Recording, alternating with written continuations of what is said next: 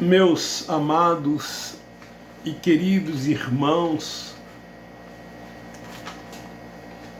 você que é eleito de Deus, propriedade exclusiva dele, você que é um abençoado, que reina e triunfa em graça, que anda por fé e vive por ela, você que é guardado e protegido pelo único Deus soberano e verdadeiro, este Deus invisível, mas real, que nós não vemos, mas cremos que Ele existe. Este Deus que não há semelhante a Ele nos céus, nem na terra, nem debaixo dos céus, nem em cima da terra, nem nas profundezas do mar. Esse Deus que é Espírito, e importa que os que o adoram o façam em espírito e em verdade. Esse Deus que nós cultuamos a Ele de forma racional. Este Deus que nós permitimos que Ele governe sem reserva a nossa vida. Este Deus que nos amou primeiro, que nos escolheu antes que o mundo existisse. Este Deus que permitiu que um dia o nosso espírito fosse revestido de carne e que viéssemos a este mundo para viver o seu reino. E o seu reino está dentro de cada um de nós. Nós vivemos o reino de Deus aqui na terra. Nós somos a igreja como organismo vivo. Somos o corpo de Cristo. E cada um de nós uma unidade nesse corpo.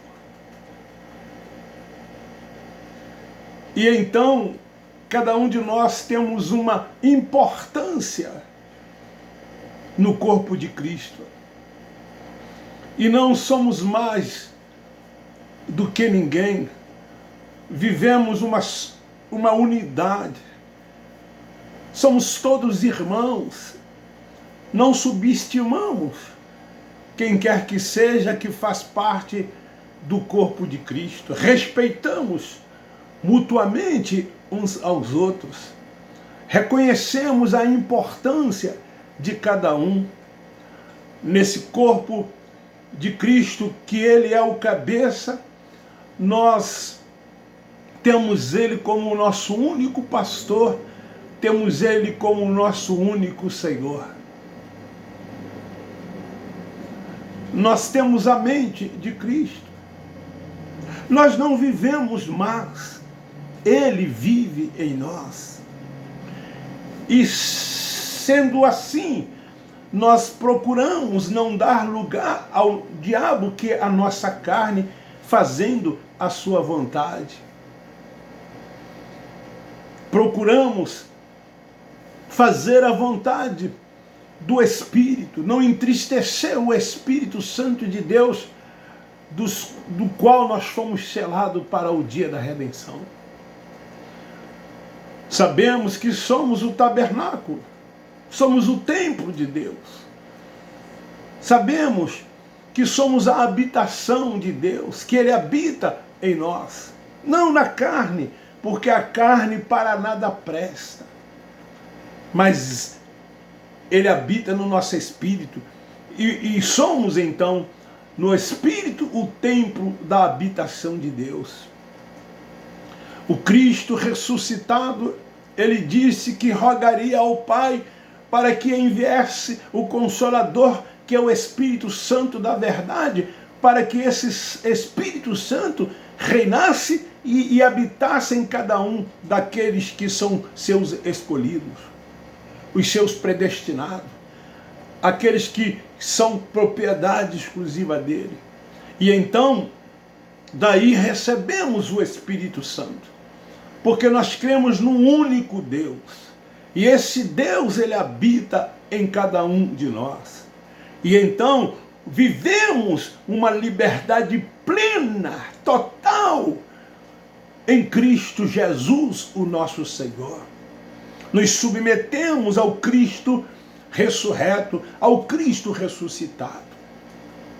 Não servimos o Cristo homem, o Cristo que se fez carne, que veio e habitou entre eles, o Cristo nazareno, que cumpriu todos os rituais da lei mosaica, porque nenhum até então conseguia cumprir os preceitos dos homens, não conseguia cumprir a lei que foi outorgada para eles.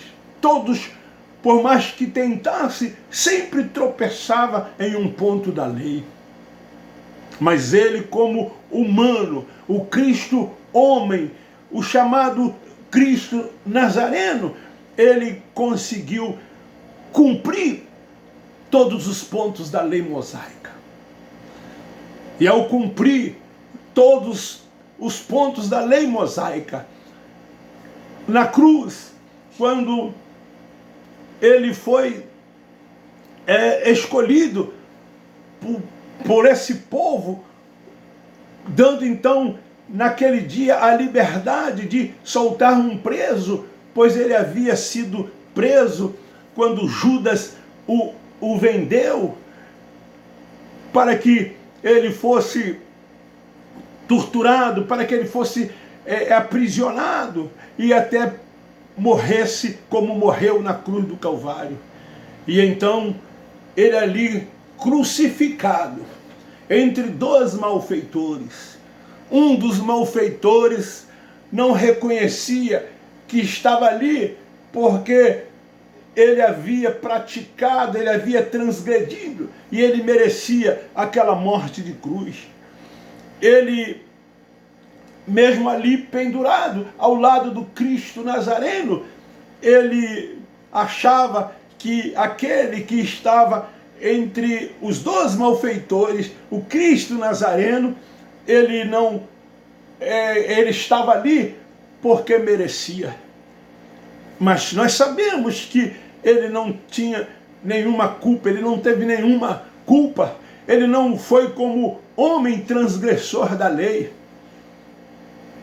Por isso que, humanamente, ele foi o único que não tinha nenhum pecado, porque pecar era transgredir a lei. E ele foi o único dentre os homens que nunca transgrediu a lei. E então o povo o escolheu para que ele fosse morto, para que ele fosse crucificado. E assim fizeram isso com ele. Mas tinha um daqueles malfeitores que reconhecia que ele estava ali não porque merecia, porque ser pendurado em um madeiro era ser maldito, e nele não havia nenhuma maldição. Ele se fez maldito por todos aqueles que mereciam morrerem porque transgrediram a lei, mas ele não. E então aquele homem que estava crucificado ao seu lado disse: lembra-te de mim quando entrares no teu reino. Porque aquele homem sabia que o Cristo Nazareno, ele foi o verbo de Deus que se fez carne, e que ele estava ali cumprindo toda a vontade de Deus, a vontade do Pai, porque tudo tem que ser feito segundo a tua vontade. O próprio Cristo, em uma das suas palavras antes de morrer, ele disse: Pai, se possível, passa de mim este cálice. Porque o que ele estava passando, o que ele estava sofrendo na cruz do Calvário, era uma dor tão terrível, que ele já, como o humano, não estava quase suportando. E então ele pediu ali, como homem, que tudo aquilo pudesse passar, pois ele já não aguentava mais tudo que estava sobre ele. Mas ele disse: todavia, seja feita a sua vontade. Como humano que era, o Cristo Nazareno, ele procurava fazer a vontade de Deus e não a sua vontade. Ele era guiado e dirigido por Deus. Ele se submetia à vontade de Deus. Ele não fazia nada para que humanamente ele fosse lisonjeado, para que ele fosse reconhecido, para que ele fosse como homem aplaudido, como homem se estivesse em primazia, em posição de destaque. Mas tudo quanto ele fazia, ele procurava glorificar o Pai. Tudo era para que o Pai fosse glorificado. Então nós, que nascemos depois da cruz, nós que não vivemos no pecado, nós que não éramos os transgressores da lei, nós sim devemos admirar o que o Cristo Nazareno fez. Sim, nós devemos admirar, mas não praticar como nas instituições religiosas praticam, como muitos que se dizem seguidores dele, trazem todos os rudimentos da lei de Moisés para esses lugares chamados templos, que eles dizem que é a igreja, e dali eles começam a cumprir preceitos dos homens, rudimentos da lei de Moisés. Fardos pesados são atados sobre os ombros dessas pessoas. E muitos se titularam e se intitulam líderes. E procuram passar para o povo que o povo vive sob as suas autoridades espirituais, que eles são chamados por Deus, que eles são vocacionados por Deus. Eles dizem que Deus o colocou ali para que eles possam liderar esse povo e o povo seguir todas as suas orientações. E ao ponto que muitos chegam a idolatrar esses homens, tê-los como em destaque, como em primazia, porque são essas coisas que eles procuram buscar. Isso eles não viram no Cristo Nazareno, porque o Cristo Nazareno não era assim, ele era diferente. Mesmo ele realizando milagres, mesmo ele cumprindo a lei mosaica, mesmo ele curando, mesmo ele trabalhando para que aquelas pessoas fossem resgatadas, transformadas, ele em momento algum trouxe para si glória, em momento algum ele buscou para si primazia, ele procurava fazer tudo para que Deus, o Pai, fosse glorificado. Então nós, do Evangelho da Graça de Deus, nós seguimos os ensinamentos de Paulo, o apóstolo dos gentios, e procuramos sim imitar Cristo nos dias em que nós estamos vivendo, porque assim Paulo disse: sedes meus imitadores, como eu sou de Cristo, mas do Cristo crucificado, o Cristo ressuscitado, o Cristo que está vivo e vivo para sempre. Nós não cumprimos nenhum rudimento da lei mosaica, porque nós não fomos os transgressores da lei.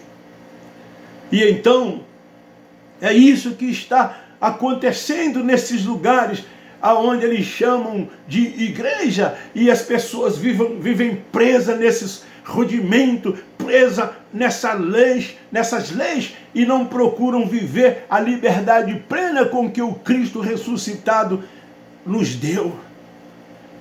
E então, eu quero que você viva também esse evangelho, não o evangelho da religião, não o evangelho das instituições religiosas, não o evangelho do sistema religioso. Sai dessa prática o mais rápido possível. Deus é Espírito. Adore Ele em espírito e em verdade. Deus não se materializa para que Ele possa ser adorado, como a gente vê as pessoas materializando Deus. Muitos só adoram quando eles percebem a materialidade de Deus, aí então eles começam a adorar. E daí que trazem para dentro desses lugares uma série de coisas, como existiam no templo, na época de Cristo ali em Jerusalém, os castiçais, a arca da aliança e outros utensílios que existiam dentro do templo. E então, as pessoas hoje trazem muitas dessas coisas para os dias em que nós estamos vivendo. Eles adoram o título dessas denominações. Eles se orgulham em dizer: eu sou presbiteriano, eu sou adventista, eu sou da Maranata, eu sou Nova Vida, eu sou batista, eu sou Assembleia de Deus, eu sou isso, eu sou aquilo. Eles se orgulham do nome dessas denominações. E muitos vão muito além ainda. Eles se orgulham dos seus líderes religiosos. Eles fazem questão de bater no peito e dizer: eu sou membro da igreja do pastor tal, eu sou membro da igreja do bispo tal, eu sou membro da igreja do apóstolo tal. Só falta agora dizerem assim: eu sou membro da igreja do semideus tal. Porque é isto que nós estamos vendo, os homens buscarem títulos, se envaidecendo, querendo cada vez mais estarem em destaque, serem aplaudidos, serem reconhecidos. É isso que nós estamos vivendo, e são essas coisas que nós do Evangelho da Graça de Deus combatemos, não as pessoas. Nós amamos as pessoas, porque sabemos que essas pessoas são eleitas, elas são predestinadas, elas são propriedade exclusivas de Deus.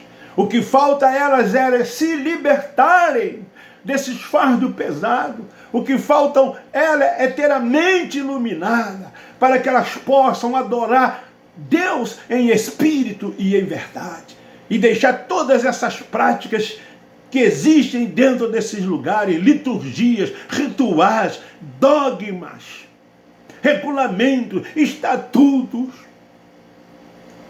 e viver essa liberdade, viver como igreja, como um organismo vivo, como uma unidade no corpo de Cristo, deixar que Cristo seja reconhecido como cabeça dessa igreja, ser guiado por Ele, ser dirigido por Ele, reconhecer que Ele é o único pastor, único Senhor, que possamos estar numa unidade de fé, confiarmos somente nele, buscar somente a Ele, reconhecer que toda a primazia, que toda a autoridade é dele, que Ele é o centro de tudo e de todas as coisas. Este é o verdadeiro Evangelho da Graça de Deus em Cristo Jesus. Não foi nós que inventamos isso, não foi nós que criamos isso. Isso foi ensinado e pregado por Paulo, o apóstolo dos gentios. Nós somos filhos da livre. Nós nascemos numa liberdade dada por Cristo Jesus, nosso Senhor.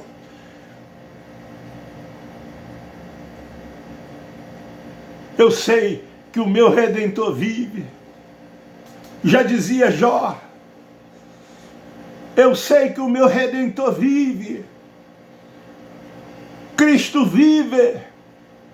Está vivo para todo o sempre. Ele é Espírito. Nós não o buscamos nos montes, como muitos fazem. Nós não o buscamos nos templos religiosos, como muitos o fazem. Porque Ele habita em nós. Ele vive dentro de nós. Nós sentimos a Tua presença, por isso que nós não buscamos a Tua presença. Nós não o buscamos para que Ele possa nos visitar como muitos fazem, porque nós somos a habitação dEle, e se Ele mora em nós, não tem como Ele nos visitar, nós já somos a sua habitação. Vocês entendem isso? Vocês compreendem isso? É difícil entender isso, é difícil compreender isso. Quando nós nos comportamos assim, nós deixamos todos esses preceitos dos homens, deixamos todos esses rudimentos do homem e vivemos a pessoa bendita, maravilhosa, gloriosa do Cristo ressuscitado. Quando ele encontrou a mulher samaritana, e a mulher disse para ele: os nossos pais nos ensinaram dizendo que devemos adorá-lo no Monte Gerizim, no Monte tal, ou em Jerusalém. E ele disse: mulher, chegará dia que nem em Jerusalém, nem em monte algum, mas ele será adorado em espírito e em verdade. Muitos não entendem, não compreendem isso. Muitos não sabem o que é adorar a Deus em espírito e em verdade. E então eles dizem: eu vou ao templo, principalmente aos domingos. Agora mesmo, muitos estão deixando esses lugares, porque eles têm o domingo como dia do Senhor. E então de 9 horas até meio-dia, 1 hora, as portas desses lugares estão abertas. E as pessoas frequentam esses lugares, escola bíblica dominical, culto matutino, enfim, uma série de nomes que eles denominam. E vão para lá. E lá eles louvam, lá eles cantam, lá eles pregam, lá eles ensinam, enfim, lá eles cumprem uma série de coisas. E eles dizem que foram lá para adorar a Deus. Querido, você é a igreja. Você deve se reunir como igreja, não na igreja, mas como igreja você deve se reunir. E adorar o Pai em espírito e em verdade, você adora em qualquer lugar. Seja na rua, seja na sua casa, seja no seu trabalho. Aonde você estiver, se reúne como igreja e adore o Pai em espírito e em verdade. Adore Ele 24 horas por dia. Adore Ele de domingo a domingo. Porque todos os dias pertencem a Ele. É dele e para Ele. Eu quero concluir, encerrar esta palavra dizendo para você: tu és um abençoado. Tome posse das promessas dele. Você é abençoado com todas as sortes de bênção. Ele já te abençoou. Viva de verdade este evangelho pregado por Paulo, apóstolo dos gentios. Deixe que Cristo viva em você. Se submeta ao Espírito Santo de Deus. Deixe ser guiado e dirigido por Ele, porque você é filho dele. Tu és um abençoado. A nossa luta não é contra carne e sangue. Nós amamos todos vocês que são desse sistema religioso. Nós amamos todos vocês que são dessas instituições religiosas. Nós não estamos aqui contra ninguém, nenhum de vocês, até mesmo contra nenhum líder religioso. Nós apenas aqui mostramos a verdade do Evangelho de Cristo Jesus. Eu encerro dizendo: Abba Pai, Abba Pai, Abba Pai. Um beijo no seu coração, um forte abraço. Se inscreva no meu canal, divulgue o meu canal para que muitas outras pessoas possam ser alcançadas com o Evangelho da graça de Deus. Esse é o intuito. Então nós, embaixadores do Evangelho da graça de Deus, fazemos a nossa parte e esperamos que você faça a sua, divulgando não somente o meu canal, mas outros canais também que pregam o Evangelho da graça de Deus, para que vidas possam serem alcançadas e libertam, para que elas possam viver a plenitude do Evangelho da graça de Deus, para que elas possam gozar do reino de Deus aqui nesta terra, até que um dia o nosso corpo volte ao pó da terra e o nosso espírito volta para Deus, da onde ele veio, num corpo glorioso, semelhante ao dele, e assim estaremos para sempre com o Senhor. Amém. Glória a Deus. Louvado seja o nome do Senhor.